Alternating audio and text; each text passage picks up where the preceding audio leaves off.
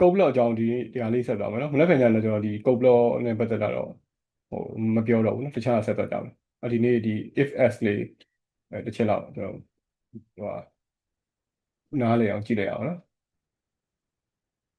ကုတ်ဘလော့မှာကျွန်တော်တို့ဒီမှာနှစ်ခုရှိတယ်နော် associated နဲ့ imperative ဆိုနှစ်မျိုးရှိတယ်ကျွန်တော်တို့လောလောဆယ်ပုံမှန်သုံးနေတာကတပတ်ကလေးနှိပ်ပြီးတော့ဗျာ data တန်ဖိုးတွေတစ်ခုခုရိုက်ထည့်ပြီးတော့သုံးကြတယ်အဲ့ဒါကဘယ်လိုခေါ်လဲဆိုတော့ associative နောက်တစ်ခုကဘာလဲဆိုတော့ imperative ရှိတယ်အဲ့ဒါကတော့ဒီ if တွေ else တွေ for loop တွေအတွင်းမှာ for loop တွေ while loop တွေပေါ့နော်အဲ့ဒီဟာနဲ့တွဲသုံးတဲ့အခါမှာကျွန်တော် imperative လို့ခေါ်တယ်ဒီ associative ကတော့ဘာဖြစ်လဲဆိုတော့သူ့မှာ if else တွေသုံးလို့မရဘူးဗျာဒီ traditional ဒီ loop ပင်တွေ for တို့ while တို့ loop တွေမရှိဘူးပေါ့နော်ကျွန်တော် value တစ်ခုထည့်လိုက်တယ်အဲ့ဒီဟာကိုပဲကျွန်တော်တို့ကသုံးလိုက်ရုံပဲเนาะ formula တစ်ခုရေးတိုင်းအဲ့ဒီဟာပဲသုံးလိုက်ရုံပဲဒီ imperative ကျတော့သူကဒီ programming ပုံစံဟောတာပေါ့နော် conditional statement တွေလည်းရေးလို့ရတယ်ပြီးတော့ for တွေ while တွေလည်းရေးလို့ရတာဆိုတော့လေတော့ဒီမှာသုံးတဲ့ for တို့ while တို့ဒီ if else ရဲ့အကြောင်းတွေက Python မှာလည်းအတူတူပဲPython မှာဆိုတာလည်းဘယ် programming language မှာမဆိုဒီ conditional statement နဲ့ looping တွေကတော့သူတို့အလုပ်လုပ်ပုံချင်းအတူတူပဲlanguage ကွာလို့ဒါပဲကျွန်တော်တို့ကရေးပုံရေးနည်းဒီ syntax လေးတွေကွာတာပဲရှိတာပေါ့နော်သူတို့အလုပ်လုပ်ပုံကတော့အတူတူပဲเนาะ looping ဆိုလည်း loop လုပ်တယ် if else ဆိုလည်းconditional တစ်ခုကိုစစ်တယ် if နောက်မှာအမြဲတမ်း condition တစ်ခုပါမယ်အဲ့ဒီကောင်မှန်မှာ if float အတွင်းကိုဝင်ပြီးအလုပ်လုပ်တယ်ပေါ့ဒါတွေကဘယ် language မှာမဆိုတော့အတူတူပဲဒီမှာကျွန်တော် imperative ဒီရှေ့က associative ကတော့ကျွန်တော်တို့ပုံမှန်တိုင်းdouble click ပေါ်ပြီးတော့ဒီထက်မှတစ်ခုခုရိုက်ထည့်တာပေါ့နော်ဒါပေမဲ့ဒါမှမဟုတ်လေ A ပေါင်း B စသဖြင့်ဒီ formula တွေရေးသုံးတာတော့တခြားဟိုဒီ variable တစ်ခုပေးတယ်ပေးပြီးတော့သူတို့နှစ်ခုညီလားစစ်တာစသဖြင့်ဒါတွေကကျွန်တော် associative သူကပြောမှဆို one အဲ looping ရေးလို့မရဘူးပြီးရင်conditional statement ကျွန်တော်အဲ့ထက်မှရေးလို့မရဘူးဒီ imperative ကတော့အဲ့ဒီဟာတွေလုပ်လို့ရတာပေါ့နော်အရင်ဆုံးကျွန်တော်တို့ imperative block ကိုသုံးမယ်ဆိုရင် imperative ဆိုတာကိုအရင်ဆုံးကြေညာပြီးတော့မှဒီ curly bracket ပေါ့နော်တွန်ခွင်းအဖွင့်ပေးပြီးရင်အဲ့ထဲကကျွန်တော်တို့က data တစ်ခုကိုပြန်လိုချင်တဲ့အခါမှာ return ဆိုတဲ့ keyword ကိုသုံးပြီးတော့မှ data ကိုပြန်ယူတယ်ဒါ Python မှာလည်းအတူတူပဲเนาะကျွန်တော်တို့function တစ်ခုအတွင်းမှာ return တစ်ခု data တစ်ခုပြန်လိုချင်တဲ့အခါမှာ Python မှာလည်း return ကိုသုံးတယ် C# မှာလည်း return ကိုသုံးတယ်ဘယ် language မှာမဆိုတော့ return ကိုသုံးတယ်ဒီသူ့ရဲ့ function တွေ method တွေအတွင်းက data တစ်ခုကိုပြန်လိုချင်တဲ့အခါမှာဒီဟာကိုသုံးတယ်နောက်တစ်ခုကကျွန်တော်အခု if statement ကိုရေးမယ်ဆိုရင်example အနေနဲ့ပေါ့နော်ဒီမှာလာပြီးတော့ imperative ဆိုတော့အရင်ဆုံးချိန်ညာရမယ်ပြီးရင်သူကဒီမှာတော့ example မှာကျွန်တော် temperature ကဘယ်လောက်လဲ35လို့ပေးထားတယ်ပေါ့နော်တကယ်တော့ stated ကequal normal ဆိုပြီးတော့ variable တစ်ခုချိန်ညာပြီးတော့ပေးလိုက်တာstatus ဆိုတော့ဒီ variable ထဲမှာ normal ဆိုတော့ဒါ string ပေါ့နော် double quote တွေမှာရေးတာဆိုတော့ string ကိုရေးလိုက်တယ်ဒါပေမဲ့ကျွန်တော်တို့ temperature က30ထက်ကြီးနေတယ်ဆိုရင်သူက hot လို့ပြောမှာနော် status က hot အပေါ်မှာရေးထားတဲ့ကြီးညာခဲ့တဲ့ status ဆိုတဲ့ variable ကိုပြန်ပြီး override လုပ်ရတာနော် data ပြန် hot ဆိုတဲ့ data ကိုပြန်ထည့်လိုက်တာနော်နောက်ဆုံးမှာကျွန်တော် return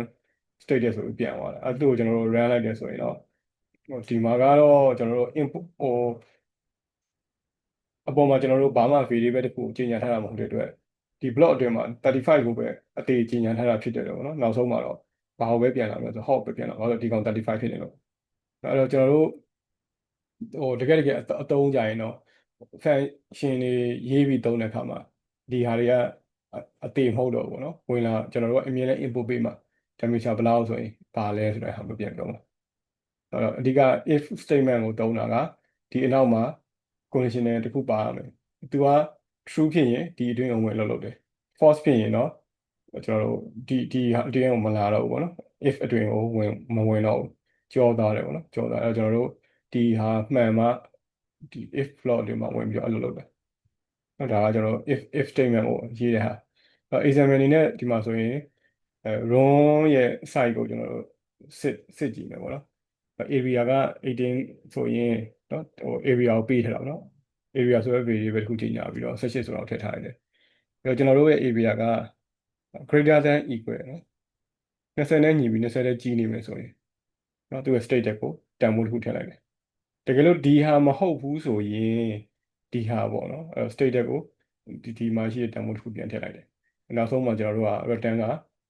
တန်ဖိုးတစ်ခုပြန်ထုတ်ပါတယ်ကျွန်တော်တို့တွေအာ if နဲ့ s ကဗျာ if ဆိုရင် if ကဒါဖြစ်ရင်ဒီဟာလုံးမယ် s ကကြတော့ if ကမှားနေတဲ့ဟာဆိုရင် s ထဲကိုရောက်လာတယ်เนาะဒီဟာလေးတစ်ချက်တော့ကျွန်တော်တို့ရေးကြည့်အောင်လို့အကုန်လုံးပြီးလိုက်ရေးကြည့်ပြီเนาะကျွန်တော်ပုံမှန်တိုင်း code လို့ပေါ်လိုက်တယ်အရင်ဆုံးဘာလုပ်ရမလဲဆိုရင် imperative ကိုကြီးညာပြီးရင် block အဖွင့်အပိတ်ဒီအတွင်းမှာကျွန်တော်တို့တွေdata ကျွန်တော်တို့ရေးချင်တဲ့ code ဒီ code ကိုရေးလို့ရပါတယ်ဒီထဲမှာဘာရေးလို့ရမလဲ if တွေတို့ for loop တွေတို့ရေးလို့ရတယ်အခုလောလောဆယ်မှာကျွန်တော် if ကိုစပြီးရေးကြည့်ကြတာ example ရဆိုရင် area တွေကိုကျွန်တော်တို့က18လို့ထည့်ထားတယ်ပြီးတော့ကျွန်တော်တို့က if area က greater than equal 20ထက်ကြီးနေမယ်ဆိုရင်ဒါကကျွန်တော် condition နဲ့ if နောက်မှာဒီ condition တစ်ခုထည့်ပို့လိုက်ဖြစ်နေတယ်ပေါ့နော်or ခံရေးတာတို့ and နဲ့ဆက်ရေးတာတို့ဒါမျိုးတွေဖြစ်နေတယ်ဒါတော့ဒါ condition တစ်ခုပေါ့ပြီးကျွန်တော်တို့ဘာလုပ်ရလဲဆိုတော့ block အဖွင့်အပိတ်အဲ့တော့ဒါဒီဟာမှန်သွားပြီဆိုရင်သူကဒီ if ရဲ့အောက်မှာရှိတဲ့ block အတွင်းမှာဝင်ပြီးတော့အလုပ်လုပ်မယ်အဲ့တော့ကျွန်တော်ဒီမှာ area state တက်ကိုအရင်ဆုံးအနေနဲ့ဒီမှာ state တက်ကိုဒီမှာလာပြီးပြင်ညာထားပေးလိုက်မယ်ဆက်တော့ဒီလိုပြောလိုက်တကယ်လို့ကြီးနေရဆိုရင်ပေါ့နော် state တက်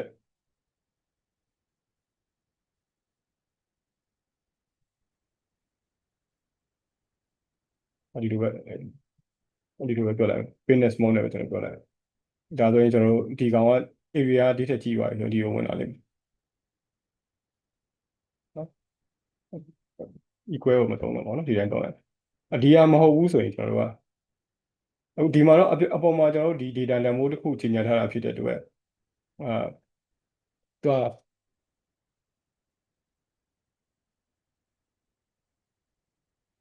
ဒီကောင်ကကျွန်တော်တကယ်လို့အပေါ်မှာဒီလိုပြောလိုက်ရပြ blank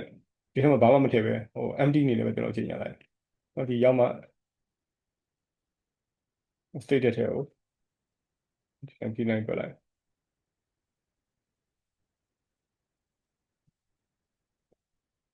အဲ့တော့ဒီဟာတော့ပြီးပါပြီပေါ့နော်ကျွန်တော်တို့ဒီမှာဘာလုပ်ရမလဲဆိုနောက်ဆုံးမှာ return ပြန်ပေးရမယ် return လုပ်ပြီးတော့ state ကိုပြန်လိုက်ဒါဆိုသူ့ကိုကျွန်တော်တို့ run လိုက်တယ်ဆိုရင် output ကဒီကနေရပါမယ် watch ကနေလာကြည့်ပေါ့နော်သူ့ရဲ့ output ကအဲ့တော့ဒီမှာဆိုရင်18 18ဖြစ်တဲ့အတွက်ငယ်နေတာပေါ့နော်ဒီလိုရောက်လာတယ်တကယ်လို့ကျွန်တော်ကသူ့ကို25လို့ချိန်လိုက်ရင်25လို့ချိန်လိုက်တယ်ချိန်လိုက် area တန်ဖိုးက25ဖြစ်သွားဒီကို state ကိုအရင်ဆုံးကျွန်တော် blank အနေနဲ့ကြီးညာထားပါတော့ကြီးညာထားပြီးတော့ if ဆိုပြီးတော့ area ကအဒီထက်ကြီးရင်လို့ပြောလိုက်တာarea တကယ်ကြီးနေပြီကြီးနေတယ်ဆိုတော့ဒီကိုဝင်လာလိုက်ဒါဆိုကျွန်တော်တို့ run လိုက်တယ်ဆိုရင်ဒီထဲကတန်ဖိုးထွက်လာတယ်အဲ့တော့ဒီဟာမှန်သွားရင်ဒီအလုပ်ကိုလုပ်ရအောင်နော်ဒီကယ်လို့ဒီဟာမမှောက်ဘူးဆိုရင်တော့ဒီထဲကိုဝင်အလုပ်လုပ်လိုက်မယ်အဲ့ဒါကကျွန်တော်တို့တွေဟို Revit မှာပါရမီတာတန်ဖိုးတွေကိုနှိုင်းချင်တာပဲဖြစ်ဖြစ်ပေါ့နော်တခြားတစ်ခုတည်းပို့တဲ့ပါရမီတာ value တွေရဲ့တန်ဖိုးတွေကိုကျွန်တော်တို့ပေးလိုက်တဲ့ input ပေးလိုက်တဲ့ reference တစ်ခုနဲ့နှိုင်းချင်ရင်လားဒါမှမဟုတ်လေသူ့မှာသူဒီ Revit ထဲမှာရှိနေတဲ့ဒီပါရမီတာပေါ့နော်တစ်ခုတည်းပို့တဲ့ပါရမီတာတွေအချင်းချင်းပဲကျွန်တော်တို့ comparison တွေလုပ်ချင်လာပေါ့နော်အဲ့တော့ဥပမာပါရမီတာနှစ်ခုမှာဒီတစ်ခုကဒါဖြစ်ရင်နောက်တစ်ခုကလည်းဒါဖြစ်ရင်အဲ့ဆိုကျွန်တော်တို့ဘယ်အလုပ်ကိုလုပ်ပါမယ်ဆိုတဲ့ဟာမျိုးသွားလို့ရတယ်ပေါ့နော်အဲ့တော့ဒီအတွင်းမှာလည်းကျွန်တော် code တွေဝင်ရေးလို့ရသလိုဒါမှမဟုတ်လေဒီကနေပြီးတော့ output လေးတစ်ခုပဲထုတ်ပေးလိုက်ပေါ့ထုတ်ပေးပြီးတော့မှအဲ့ဒီရလာတဲ့ data တန်ဖိုးကိုကျွန်တော်တို့ကဒီဟိုကျွန်တော်တို့ရေးမဲ့ဒီ Dynamo socket တွေတဲကို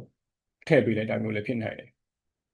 အဲ့တော့ဒီ if နဲ့ else ကတော့အတော်ဝင်တယ်ဘယ်နေရာမှာမဆိုတော့အတော်ဝင်တယ် Python မှာပဲဖြစ်ဖြစ် C# မှာပဲဖြစ်ဖြစ် JavaScript မှာပဲဖြစ်ဖြစ်အတော်ဝင်တယ်သူတို့ရေးပုံရေးနည်းကလည်းဒီတိုင်းပဲ နော်ဒီတိုင်းပဲဆိုတော့အဲ့တော့ဒါကျွန်တော်တို့ဒီ logic ကိုသိရင်ဗျာဘယ်ရမဆိုဘယ် language မဆိုတော့မှာတော့ဒီဥစ္စာတော့ရေးလို့ရတယ်နော်သူ language မှာရေးပုံရေးနည်းလေးပဲကျွန်တော်တို့လေ့လာလိုက်ရင်ပေါ့နော်ဥပမာဒီမှာဆိုရင်တော့ကျွန်တော်တို့curly bracket ထည့်ပြီးမှ block တွေအဖွင့်တွေပေးပြီးသုံးကြတယ် C# မှာဆိုလည်းဒီတိုင်းပဲ curly bracket နဲ့သုံးတယ်ဒီ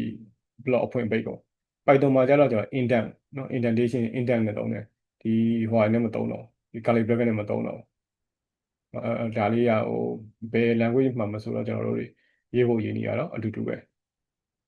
အဲ့တော့ဒါကexample တစ်ခုပေါ့နော်နောက်တစ်ခုကအခုကကျွန်တော်တို့ကဒါဖြစ်ရင်ဒီဟာဖြစ်ရင်ဒီဟာလုပ်မယ်လို့ပဲပြောလိုက်တာပေါ့နော်ဒါနှစ်ခုပဲရှိတယ်နောက်တစ်ခုကကျွန်တော်တို့ကဟိုကဏ္ဍတစ်ခုကိုကျွန်တော် comparison လုပ်တယ်ဆိုရင်ဗျာကြီးတာရှိမယ်ငယ်တာရှိမယ်ညီတာရှိမယ်ပေါ့နော်အဲ့လိုမျိုး၃မျိုးကိုတစ်ချက်ရေးကြည့်အောင်အရင်ဆုံးကျွန်တော် A နဲ့ B နဲ့ကိုဟိုဘာ data မှမထည့်ပဲကြီးညာလိုက်ပြီးဒါကျွန်တော်အပြင်ကနေ input ပေးရမှာပေါ့နော်အဲ့တော့မှပြီးတော့မှကျွန်တော်တို့ဘာလုပ်လဲဆိုရင် imperative ဆိုတာကိုကြီးညာလိုက်နော်ဒါဆိုရင်ဒီမှာကျွန်တော်တို့ logical statement တွေ if condition တွေရေးလို့ရပါတယ်တကယ်လို့ကျွန်တော်တို့ A ကကြီးနေပြီပေါ့နော် B ထက်ကြီးနေရင်ဒီအလုပ်ကိုလုပ်ပေးပါဦးဒီအလုပ်ကိုလုပ်ပေးပါ F is လား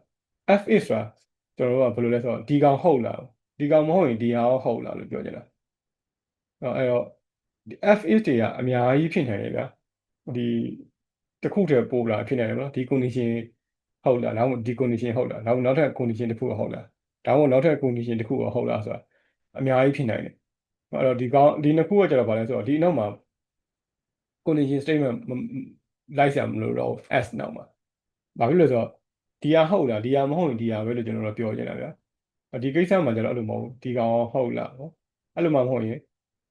F is ဒီဟာရောဟုတ်လားလို့ပြောချင်တာဖြစ်တဲ့အတွက်A က B ထက်ငယ်နေလားပေါ့နော်ငယ်နေလားပေါ့ဒါရင်ဒီလောက်ကိုလုပ်မယ်အဲ့လိုမှမဟုတ်ရင်ကျွန်တော်တို့အခုကကဏ္ဍကိုပဲနံပါတ်ကိုနှိုင်းရှင်တာဖြစ်တဲ့အတွက်ညီတာရယ်ငယ်တာရယ်ကြီးတာရယ်ပဲရှိမှာပေါ့နော်ဒါ S ဆိုပြီးတော့ဒီမှာကျတော့ကျွန်တော်တို့ condition statement လိုက်စရာမလိုတော့ဘူးဘာဖြစ်လို့လဲဆိုတော့အပေါ်အားဟာတွေအကုန်လုံးမဟုတ်ခဲ့ရင်ဒီဟာလုပ်မယ်လို့ပြောချင်တာအမြဲတမ်းဟို if ကတော့အမြဲတမ်းအရင်လာရတယ်ပေါ့နော် f is ကအရင်လာပြီးမှ if လာမျိုးမရှိဘူးနောက်ပြီးတော့ if ပြီးရင် s လာပြီးမှ f is ဆိုပြီးတော့ပြန်ခံလာတော့မရှိဘူးပေါ့နော်ဘာလို့လဲဆိုတော့ s ဆိုတဲ့သဘောတရားကလောဘကိုဒါပဲဖြစ်မယ်လို့ပြောချင်တာဒီဟာတွေမှမဟုတ်ရင်ဒီဥစ္စာပဲလို့ပြောချင်တယ်အဲ့တော့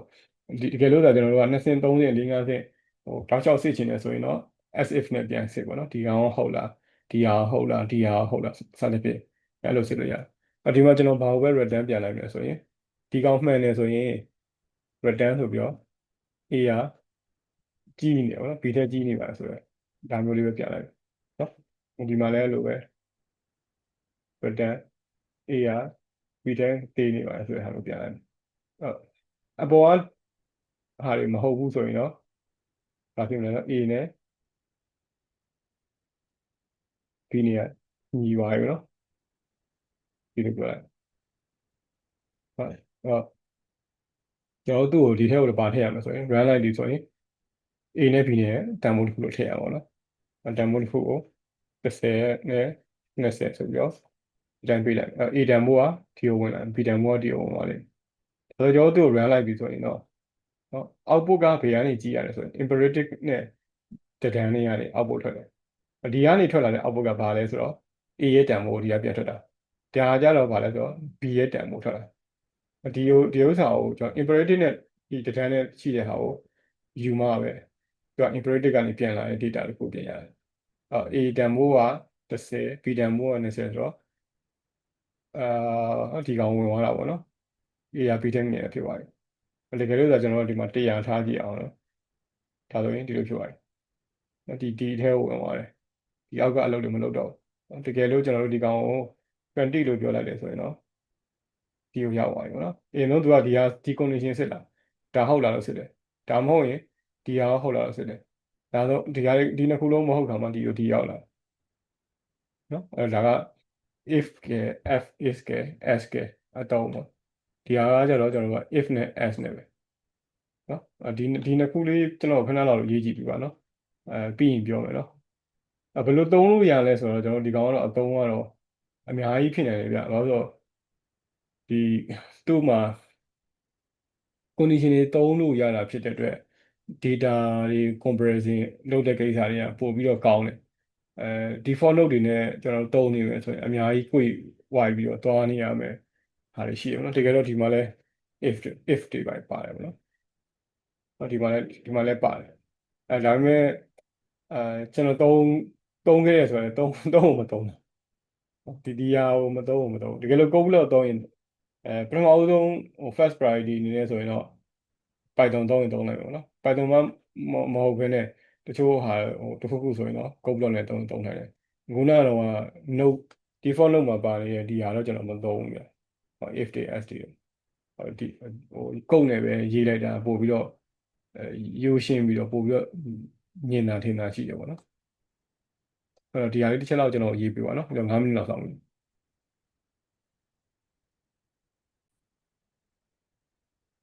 နောက်ထပ်ဒီမှာ example လေးပေးထားတယ်အဲ့ဒီဟာကိုတော့ကောက်ကိုပဲရေးကြည့်ပြီပေါ့နော်sorry ဒီကောင်တစ်ခုတော့ကျွန်တော်ရေးပြီပြောပြပေးမယ်ဒီနှစ်ခုတော့ပြန်ရေးကြည့်ပြီဘာလို့ဒီမှာကကျွန်တော်တို့ function အကြောင်းရေးထားပါတယ်ပေါ့နော်ပြီးခဲ့တဲ့အပတ်တွေတော့မှတော့ကျွန်တော်ဒီ function အကြောင်းကိုရေးခဲ့တော့မှ imperative အကြောင်းမပါဘဲနဲ့သုံးခဲ့တာရှိတယ်ပေါ့နော်အခုကကျွန်တော်တို့က if နဲ့ as if ကိုပါသုံးပြီးတော့ဒီ function ထဲမှာထည့်ပြီးရေးလို့ရတယ်ဒီကောင်ကလည်းကျွန်တော်တို့ဟို imperative ဆိုတာပဲမပါလာဘောနော် Python မှာတော့ဒီ function creation လုပ်တဲ့ပုံစံကဆင်တူတယ်ပေါ့နော်ဒါလေးတစ်ချက်လောက်ကြည့်အောင်နော် function ကျွန်တော်တို့ဘာလို့ရေးတာလဲဆိုတော့သူ့ကိုတောက်လျှောက်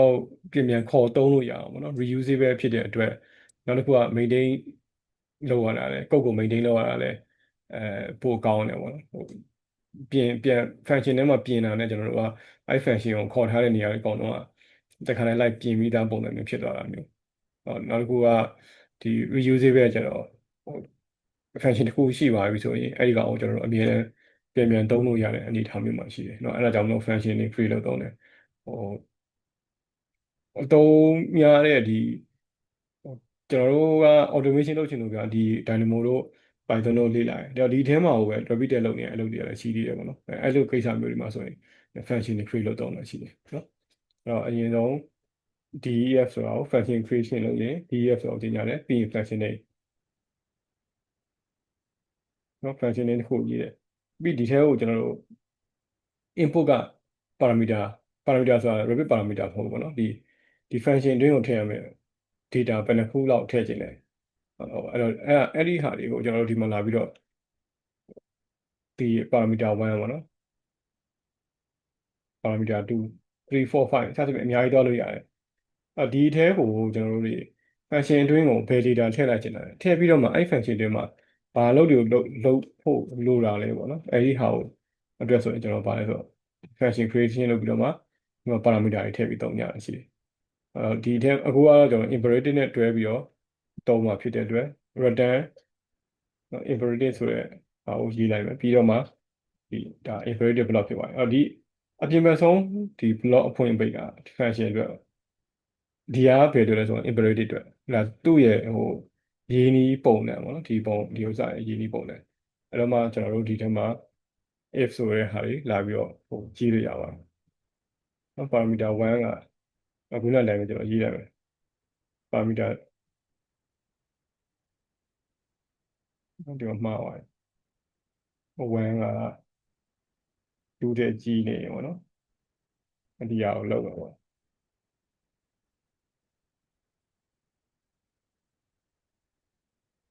ဆက်တဲ့ဒီမှာလာ return ဆိုပြီးတော့ဒီတစ်ခုပြန် return ပြန်လိုက်ပြီပေါ့နော်နောက်တစ်ခုက fa ဆိုပြီးတော့ဒီတန်ဖိုးတစ်ခုပေါ့ဒီမှာတော့ကျွန်တော်ဖြောင်းနေရေးရအောင်2က sorry ဒီလိုရေးရရတယ်ငယ်နေလားပေါ့နော်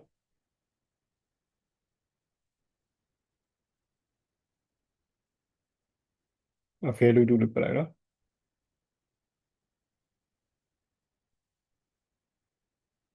ဒါမှမဟုတ်ရင် ဒီလုပ်ကိုလုပ်မယ်ပေါ့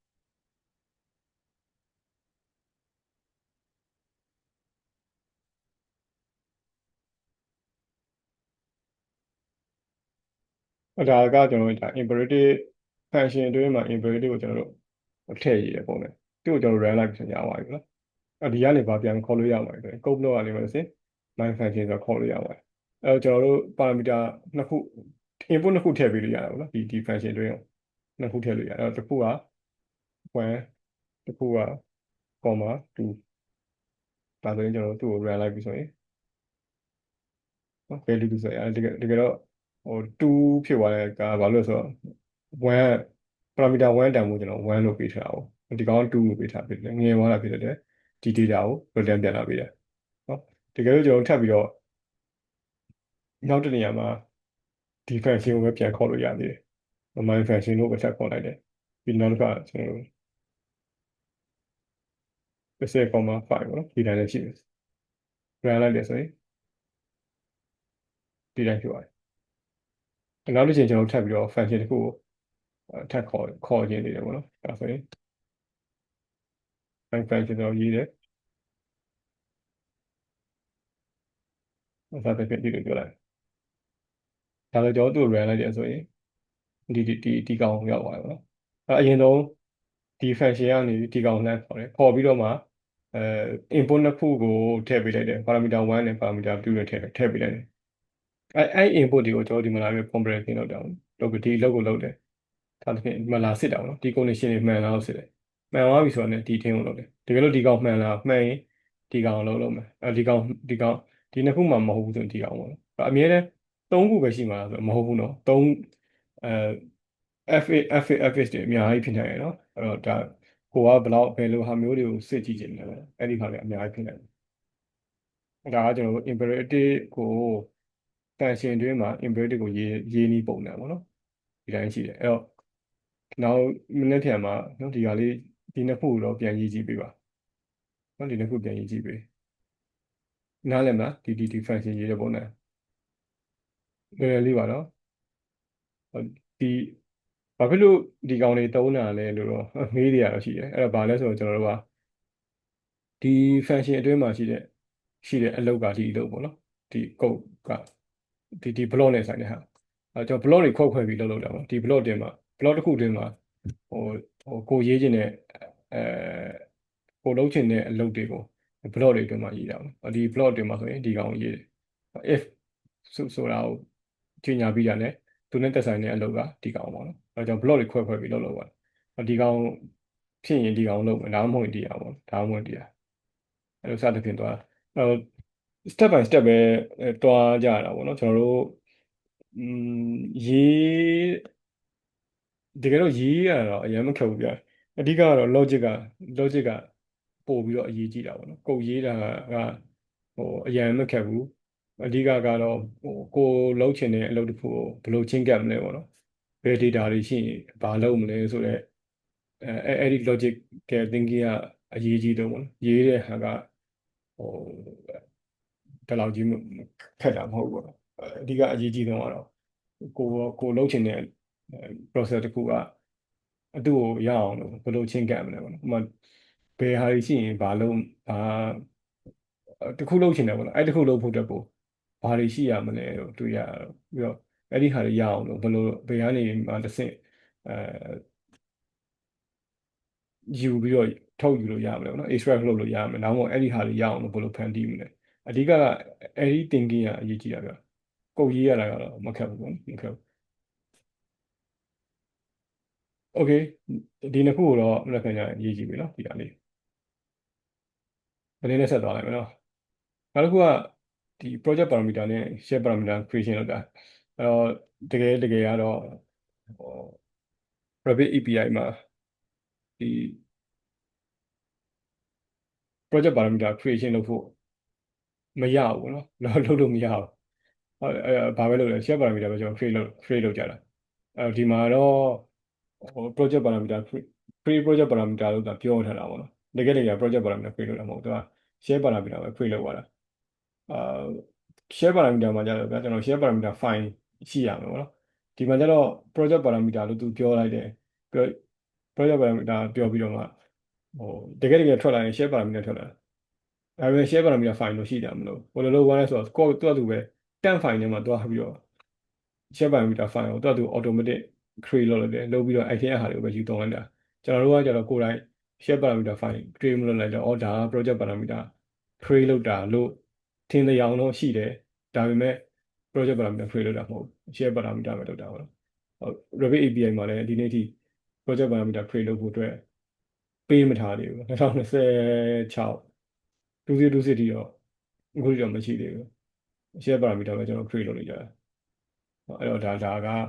ဟို Dynamo ပါပဲဘာဖြစ်လို့ကျွန်တော်လည်းနားမလည်ဘူးအဲ့ကိစ္စကို share parameter ပဲ create လုပ်လို့ရတဲ့ကိစ္စကြီးကိုဘာဖြစ်လို့ရ project parameter လို့အဲ့ note ကပါနေလဲဆိုတော့ဟိုးအရင်ကပါနေအခုထိပဲပါနေတာပေါ့ဟို file share parameter file ကျွန်တော်တို့မတွေ့တာပဲရှိတယ်တကယ်တော့မတွေ့တာမဟုတ်ရှားခြင်း temp file နဲ့သွားကြည့်ရှိတယ်နော်ဒီတစ်ခုကိုကြည့်အောင်အဲ့တော့ကျွန်တော်တို့က parameter တွေ create လုပ်တဲ့ခါမှာကိုယ်မှာ Excel file ရှိမယ်ပေါ့နော် Excel file နေမှာကိုလုပ်ချင်တဲ့ parameter name တွေ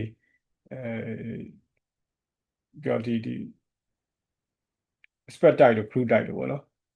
ဒီ spread type တို့ group type တို့ for type တို့ဆိုတာလေ2023အထက်မှာတော့အဲဒီကိစ္စတွေကစကားပြောလာပြီပေါ့နော်2021တို့22တို့မှာတော့ဒီကိစ္စတွေပြဿနာမရှိသေးဘူးအခုနောက်ပိုင်းမှာတော့ဒီ spread type တို့ for type တို့ကတုံးလာကြတယ်ပေါ့နော်အဲ့တော့ဒါလေးကတော့ဟို Rapid API ရဲ့အပြောင်းအလဲတစ်ခုပေါ့နော်အပြောင်းအလဲတစ်ခုအခုထိတော့for type နဲ့ဒီ spread type တို့တုံးနေသေးတယ်အဲ့ဒီဟာအပြင်တော့ဘာမှပြောင်းလာတော့မရှိသေးဘူးနော်အဲ့တော့ဒီဟာလေးတစ်ချက်လောက်ကျွန်တော်တို့ကြည့်အောင်ဒီမှာဒါကိုလည်းပြီးလိုက်လုပ်ကြည့်ပြီနော်ကျွန်တော်ဟိုစောင့်ပေးမယ်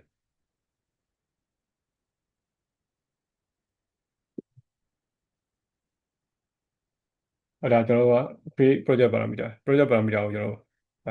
create လုပ်မယ်ပေါ့နော်နောက်တစ်ခုက for all category ဒါ category အကုန်လုံးတည်းလုံးမှာပေါ့နော်အခုကဒီတော့တစ်ခုပဲလုပ်ကြည့်အောင်နော် parameter name ထည့်မယ် group name ထည့်မယ် spread type ဒါ2021တို့22တို့မှာတော့ဒီ spread type တို့ for type တို့ပါမှာမဟုတ်ဗျနော်sorry spread type ပါမှာမဟုတ် group တော့ပါလိမ့်မယ်နော် spread type တော့ပါမှာမဟုတ်2021 2022 3နှစ်လို့ရှိသေးတာမရှိတော့လို့ထင်တော့2026လောက်ရောက်နေပြီဆိုတော့နော်โอเค2026 2029တော့ထွက်တော့မယ်ထွက်တော့ထွက်နေပြီလားတော့မသိဘူးသူ7သုံးရလောက်တယ် ဟမ်သုံးရတယ်သုံးရသေးတယ်တုံးနေသေးနောက်တယ်20သုံးနေသေးတယ်သုံးနေကျွန်တော် project မှာတော့ကျွန်တော် 2020 project 2022အိုးအေးတယ်နော်ဘာတကယ်ဆိုရင်ပါချင်အရင် နေသွားတယ်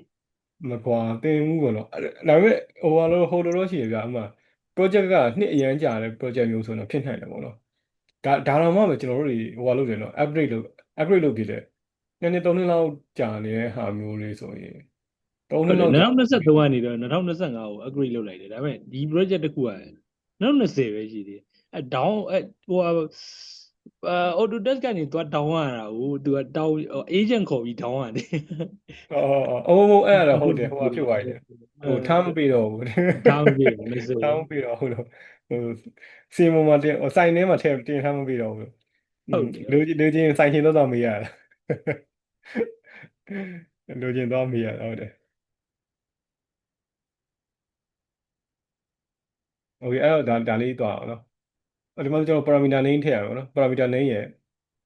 ဒီ group name တို့ spread type တို့ group type တို့ထည့်ရအောင်အရင်ဆုံးကျွန်တော်တို့ကကို creation လုပ်ချင်တဲ့ parameter name ကို example မှာတော့ကျွန်တော်ဟိုနဲ့ပေးထားရအောင်နော်ဒီ list နဲ့ထည့်ထားပေးတယ်နော်တစ်ခုချင်း create လုပ်လည်းရတယ်တစ်ခုချင်း create လုပ်ရင်တော့okay ဘယ်လိုလဲမရဘူးလို့ပုံတော့ရတယ်ပေါ့နော်တစ်ခုချင်းဆိုရင်တော့maybe manual ပဲလုပ်လိုက်တာလဲဖြစ်နိုင်တယ်ပေါ့နောက်မှလည်းကိုယ်မှာ script ရှိပြီးသားမို့လို့ဒီထဲမှာလာပြီး name တွေထည့်ပြီးတော့ run လိုက်တာလည်းဖြစ်နိုင်တယ်ပေါ့နော်အဓိကတော့ကျွန်တော်တို့ကbatch like creation လုပ်ချင်တဲ့ဟာမျိုးမှာဒီကောင်တွေကိုသုံးကြတာဟုတ်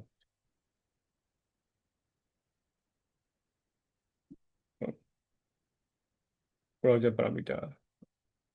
1ပေါ့နော်ကျွန်တော်ကဒီမှာ type နဲ့ create လုပ်မယ်ပေါ့နော်ဟိုပါလည်းလုပ်မယ် instant နဲ့ create လုပ်မယ်နော် type parameter instant parameter create လုပ်မယ်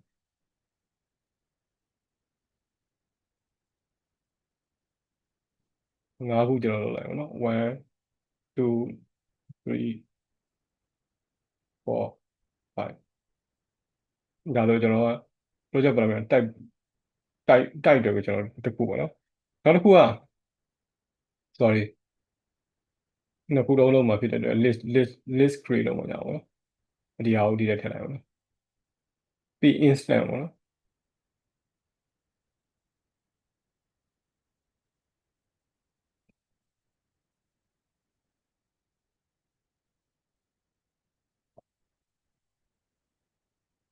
instant ပဲဒါကိုလည်း copy ကူလိုက်မယ်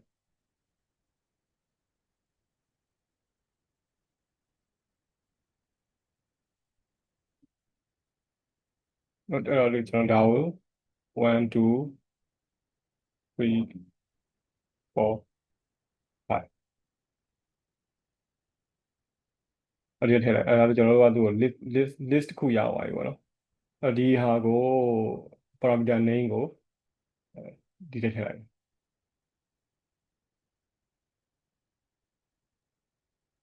โอเคဒီမှာကဒါဆို parameter name ရသွားပြီပေါ့နော် group name ကသူ့ရဲ့ဒီဒါလေးပေးနေရပြီဆိုတဲ့ဟာကိုသိတာပေါ့ share parameter create လုပ်နေတာဖြစ်နေပေါ့နော်project parameter group name ကိုဒီတိုင်းပေးလိုက်ပြီး spec type က spec type ဆိုတာဒီကောင်ရှိတယ်ဟုတ်ဘယ်ဟာသုံးနေတာကျွန်တော်တို့ကဒီမှာဆိုရင်ဘာလဲကြည့်ကြည့်အောင်နော် air flow လို့ angle လို့ area လို့နော်စသဖြင့် density flow rate ဒီဟာတွေအကုန်လုံးဒီမှာပါတယ်ပေါ့နော်ဟုတ်ကဲ့ length ကိုသုံးနေတာလို့ length ပေါ့နော်ဒါမှမဟုတ်ကျွန်တော်တို့ဒီတစ်ခု test နဲ့ဆိုင်တာသုံးရင် test ပေါ့ test ဒါက manual ကျွန်တော်တို့ create လုပ်ရင်လည်းitem လုပ်တာဟုတ်ဒီမှာလာပြီးတော့လေ new project မှာပါမိတာဆိုပြီးတော့ဟို name ထည့်ရမယ်ဗျာ instant ကတိုင်းလာထည့်ရမယ် name ထည့်ရမယ် discipline ခုနကဟိုမှာကျွန်တော် discipline လုံးမပါဘူးနော် parameter type မှာပါလဲပေါ့နော် Tesla လို့နော်ဘယ်ဥစ္စာလဲပေါ့ဒီမှာဒီကောင်ကပြီးတော့ဘယ် group အောက်မှာထားချင်တာလဲပေါ့နော်ဒါကဒီ manual တွားရင်လည်း item create လုပ်ရဒီမှာဆိုကျွန်တော်တို့ကဒါ spec type group ကဘယ်အောက်မှာထားချင်တာလဲ group type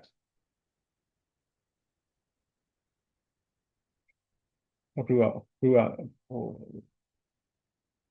ကိုထားချင်တဲ့အောက်ကိုရွေးလို့ရတယ်ဟုတ် group type ကိုယူလိုက် instant လားတိုက်လားဆိုတော့ဒီမှာလာပြီးရွေးရမှာနော်ကျွန်တော်တို့ကအခုနှစ်ခုလုံးတစ်ခါလဲပေါင်းလုပ်ချင်တာဟုတ် instant ကိုတိုက်ကောတစ်ခါလဲ create လုပ်ချင်တာအဲ့တော့ဘာထည့်မလဲဆိုရင် list create လုပ်ပြီးတော့မှ list create လုပ်ပြီးတော့ volume ကိုထည့်လိုက်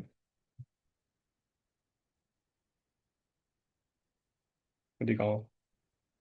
အဲ့တော့ true false ကိုတော့မှန်အောင်ရွေးရမှာနော်ကျွန်တော် type parameter ကိုဒီမှာလာပြီးတော့ရွေးထည့်တာပေါ့နော်အဲ့ instant လားလို့ပြောချင်တာ instant ဟုတ်တယ်ဆိုရင် true ပေါ့နော်အဲ့ကျွန်တော်တို့ကဒီ list နှစ်ခုထဲမှာ instant ကဒီကောင်လေအဲ့တော့ဒီဟာကို true ပေးမှရမယ်နော်ဒါကိုတော့ false ပေးထားမယ်ဒါဆိုတော့ဒီတစ်ခုတကဒါကိုယူသွားလိမ့်မယ်ဒီတစ်ခုတကဒီဟာကိုယူသွားလိမ့်မယ်အဲ့ကျွန်တော်တို့ instant ကိစ္စကတော့ပြီးသွားပြီနော်ပြီးတော့ category list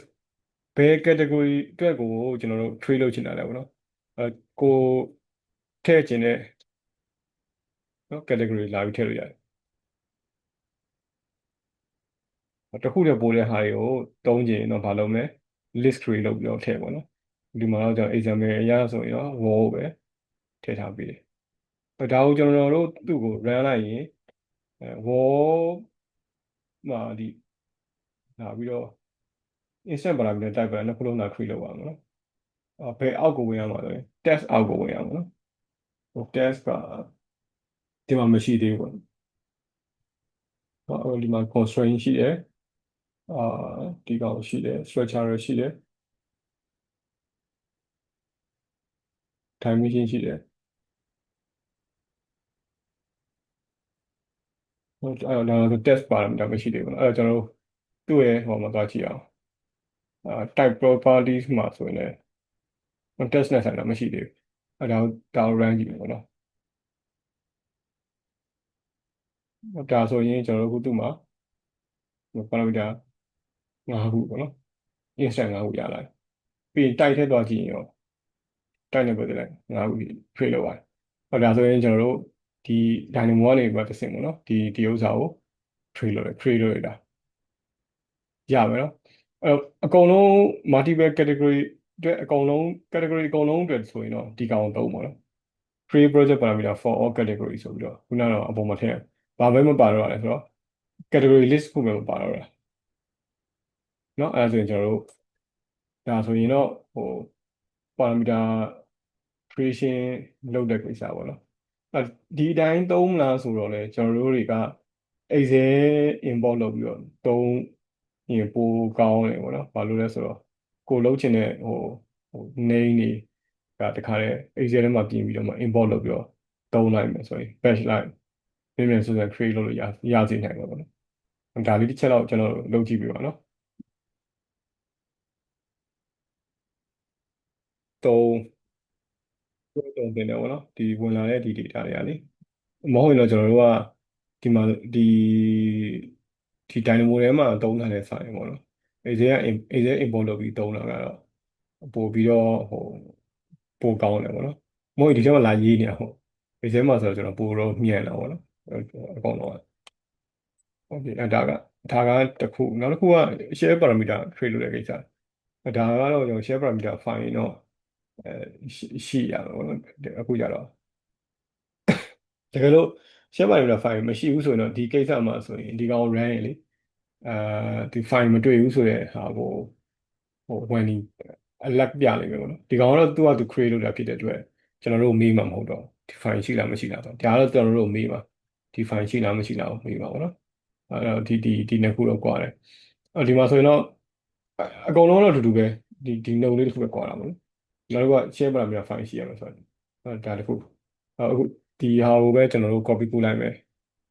နော်ဒါကိုပဲ copy ပို့ပြီးတော့ paste လုပ်လိုက်မယ်နော်ဒါကိုအလုံးမလုံးစေချင်တော့မလုပ်မယ် freeze ပေါ့နော်ဒီမှာကျွန်တော်တို့က project parameter လို့ရေးထားတာကိုကျွန်တော် share parameter ကိုကျွန်တော်ရေးလိုက်မယ်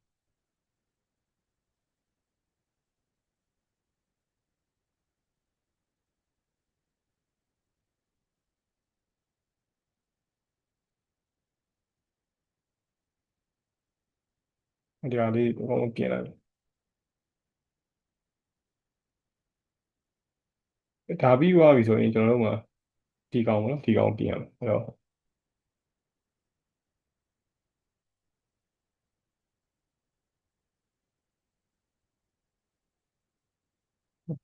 ဒီမှာလည်းနှစ်ခုရှိရနော် for all category နဲ့ဒီဟာနဲ့ရှိအဲ့တော့ကျွန်တော်တို့ဒီဟာကိုသုံးမယ်ပေါ့နော် parameter name တွေကဒါတွေဖြစ်မယ် group name ကတော့ဒီမှာကျွန်တော်တို့ project parameter ကို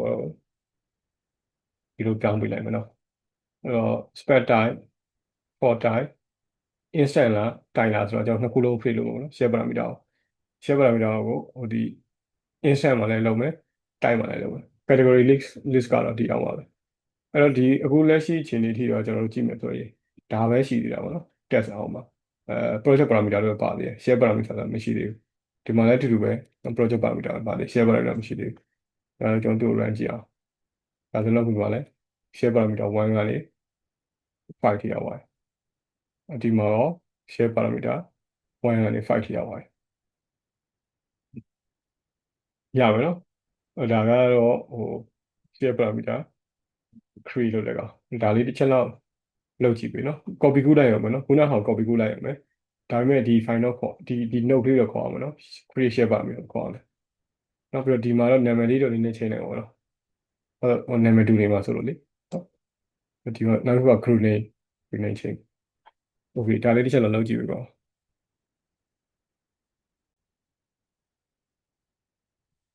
နောက်တစ်ခုကဒါကျွန်တော်တို့ခုနကကျွန်တော်တို့ပြောတဲ့ဟာပေါ့နော် parameter တွေကိုတခါလဲ Excel ကနေ import လုပ်ပြီးလုပ်လဲဆိုတာဒီဟာအတွက်ကိုကျွန်တော် Excel file တော့ပို့ပေးထားတယ်ပေါ့နော်ဒီကောင်လေဒီဟာတွေကတော့ကျွန်တော်တို့ဒီ Excel ကနေ import လုပ်မယ်လုပ်ပြီးတော့နောက်ဆုံးမှာcreate share parameter ဆိုတာရှိမှာပေါ့နော်ဒါလေးရှိမယ် project parameter ရှိမယ် share parameter ရှိမယ် ပြီးတော့ဒါကျွန်တော်တို့ Excel ကို import လုပ်တာနဲ့ automatic create လုပ်တဲ့ဟာနော်ဒါတစ်ခုနောက်တစ်ခုကဒီဟာrun နေ project ထဲမှာရှိတဲ့ run တွေကိုကျွန်တော်explore လုပ်ကြည့်တာပါအဲ့တော့ run မှာကျွန်တော်တို့ဘာတွေရှိမလဲဆိုရင်ဒီ run finish boundary တို့ run ရဲ့ center point နော် run location point တို့သူ့ရဲ့ဒီ run area တွေရှိတာလို့ volume တွေရှိတာလို့စသဖြင့်ဒီဟာတွေရှိပြီဒီမှာကျွန်တော်ပြထားတဲ့ဟာကmodel ထဲမှာရှိနေတဲ့ run ကိုကျွန်တော်geometry create လုပ်ပြီးတော့မှcolor ကို random color ချဲ့လိုက်တာပေါ့အဲ့တော့ကျွန်တော်တို့ဘယ်လိုဖြစ်သွားလဲဆိုတော့ဘယ် run က height ဘယ်လောက်ရှိနေလဲတော့စသဖြင့်အဲ့ဒါကိုတော့ဒီ visualization လုပ်လို့ရအောင်လားပေါ့ဒါပေမဲ့လည်းpresentation အတွက်ဆိုရင်တော့ကောင်းတယ်ဗျာ run ပုံစံကိုမြင်နေရတာပေါ့နော် run height ကိုသွားချိန်လိုက်ရင်တော့ဒီကောင် light ချိန်မှာတော့မဟုတ်ဘူးเนาะကျွန်တော်ကလောက finalize ဖြစ်နေတဲ့ run တစ်ခုကို run တွေကိုပေါ့နော် run လိုက်တာဖြစ်တဲ့အတွက်သူက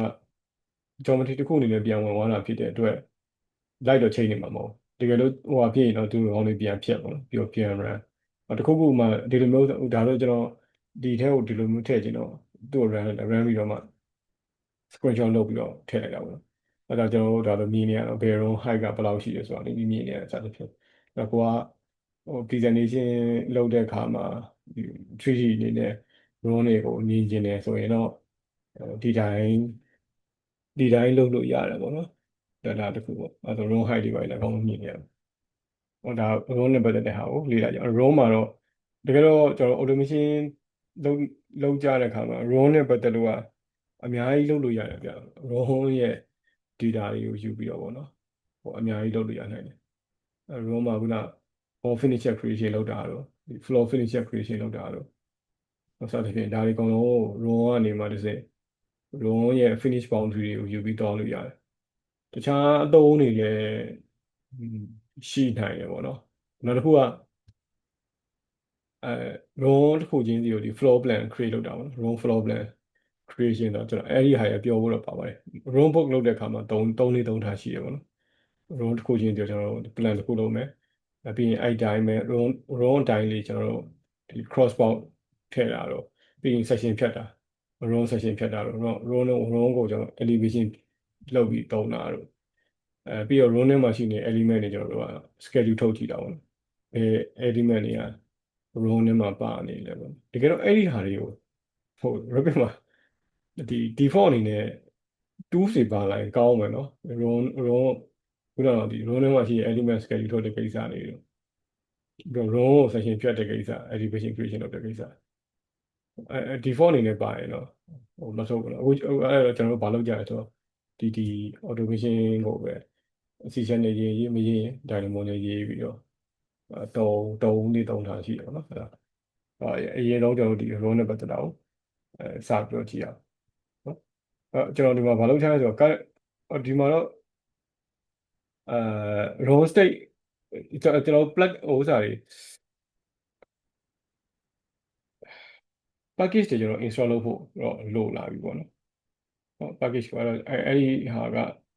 တခါမှတော့ကျွန်တော် package install မလုပ်ခိုင်းသေးဘူးဆိုတော့ကျွန်တော်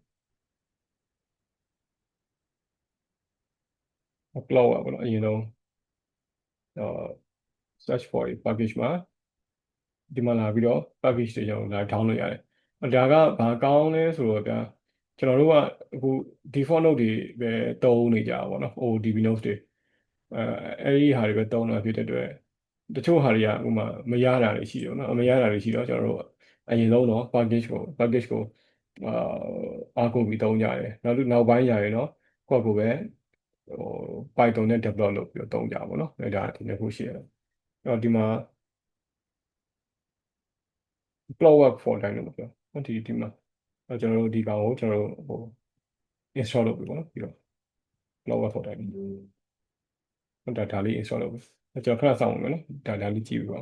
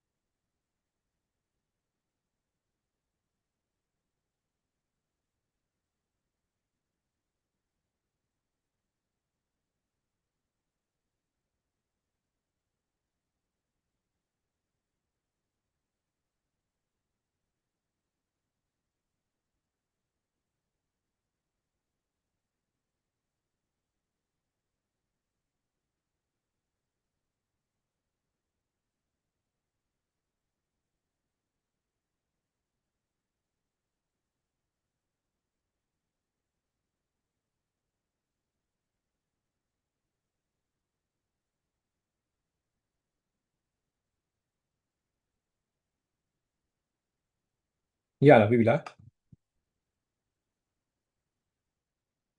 ဒါတစ်ခုပေါ့နော်နောက်တစ်ခုကအာ battle pin ဆိုတာဒီကောင်ဒါလေးတစ်ချက်လုပ်ပြတာ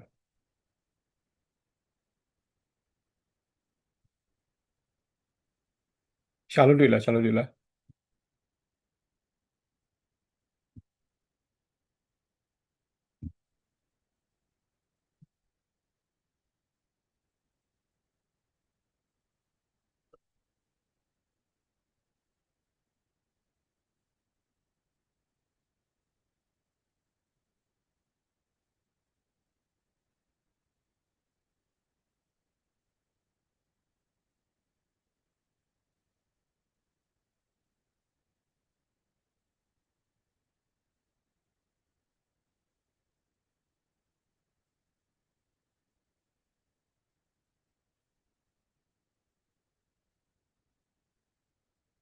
ရလားရမလားဒီနှစ်ခုကျွန်တော်တို့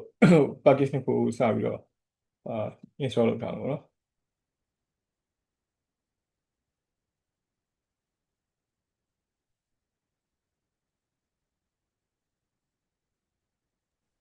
ရှင်ခုနကလေ cloud work ကဟို version နှစ်ခုလုံးသွင်းရမှာ တစ်ခုပဲသွင်းလိုက်ရတယ် ဟောဟုတ်ရှင် တစ်ခုပဲ 3ရဲ့2ရဲ့နှစ်ခုသွင်း 3ကိုသွင်းလိုက် 3h အဲ့ဒီမှာတော့ဟိုကပါတယ်ဗျ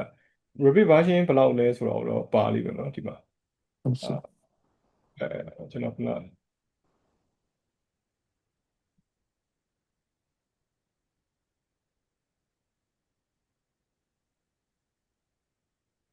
3.3 လို့ပဲ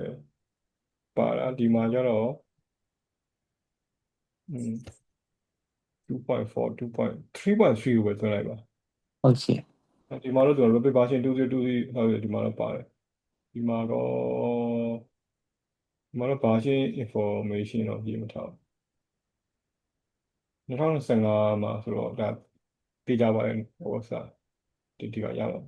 ဟုတ်ရှင်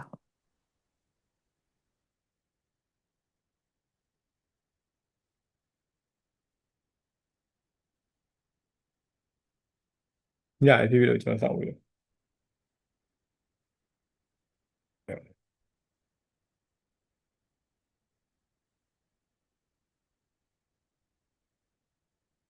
ပါမိတယ်ရှိမယ်လင်းလေးကဟိုဟာတွေရော room geometry ရောယူထည့်လို့ရနိုင်တယ်နော်လင်းလေးက room လေးကိုယူပြီးတော့မှကျွန်တော်တို့ geometry create လုပ်ပြီးတော့ထည့်တာဒါပေမဲ့အဲ့ဒါကတော့ဟိုကျွန်တော်ကပြောသလိုပေါ့နော် presentation နဲ့တုံးမလား visualization တွေပဲပေါ့မဟုတ်ရင်တော့ဟိုအရင် model တွေမှာ message ဖြစ်ကုန်မယ်နော်အဲ့ဒါတခုသတိထားအောင် okay အဲ့ဒါကြောင့်ဒီနေ့ဒီမှာရက်လိုက်မယ်နော်မနေ့ကကြရင်အားလုံးပြန် join မိကြပါအောင်ကျေးဇူးတင်ပါတယ်ဟုတ်ခွင့်လိုက်တော့ လိုက်ပါ ခွင့်လိုက် လည်းပါရှင် ဟုတ် ကျေးဇူးပါဆရာ ကျေးဇူးဟုတ်